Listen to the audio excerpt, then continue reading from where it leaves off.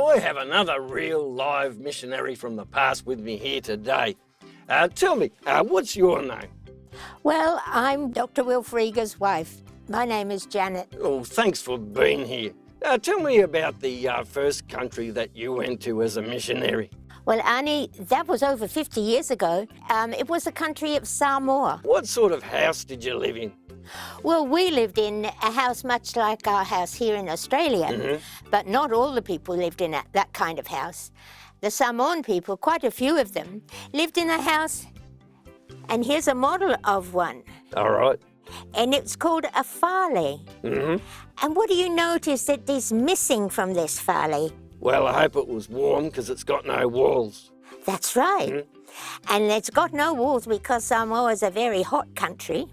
And the winds from the sea can cool the house if it's got no walls. And while your husband was teaching and working, what did you do during the day? Our house was right next to the school, almost in the school playground. And so when children had some difficulty with reading or writing or maths, the teacher would send them over to my house and I would teach them on the veranda.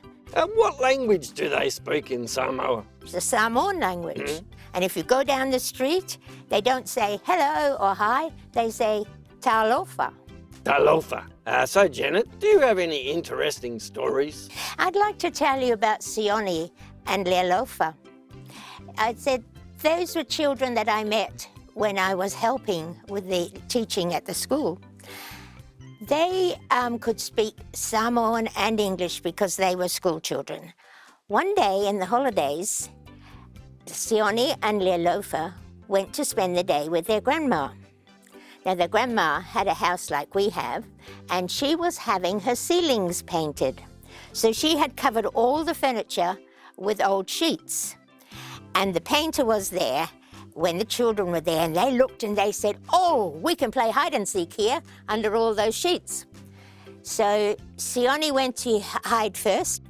He hid in Grandma's bedroom. The painter didn't know that he was there.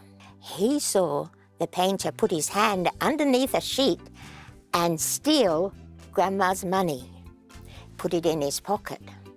Well, when Lealofa found him, he told her about it. They whispered about what they would do, and they came up with an idea.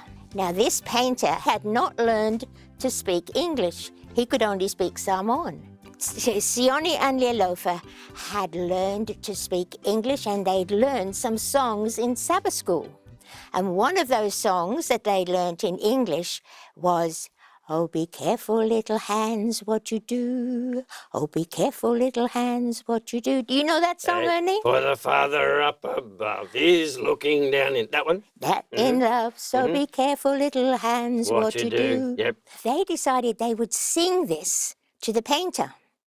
And so they went up and stood in front of him and sang, oh, be careful, little hands. And he liked it because he didn't understand the words. They kept on singing. And after a while, he got tired of them singing. And he said, go away. And Grandma heard the noise, and so she came in and she said, what's going on here? And he said, these children, they're singing a song to me all the time. They won't stop. And she said, what are you singing? And they told her, oh, be careful, little hands, what you do. And Grandma was pretty smart. She knew that something had been done that shouldn't be done. And so she says to the painter, what did your hands do? And so he was shocked that she picked it up from what the children were singing. And so he gave her back the money. He learned an important lesson that day, and that lesson was taught to him by Sione and Lealofa. Yeah, just children. So children can teach other people too, can't they? They were missionaries. They were indeed missionaries. Wow. We were missionaries with them, and they were missionaries to other people.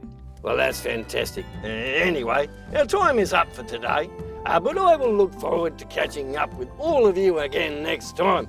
So take care, stay safe, and God bless. Learn about our wonderful God is.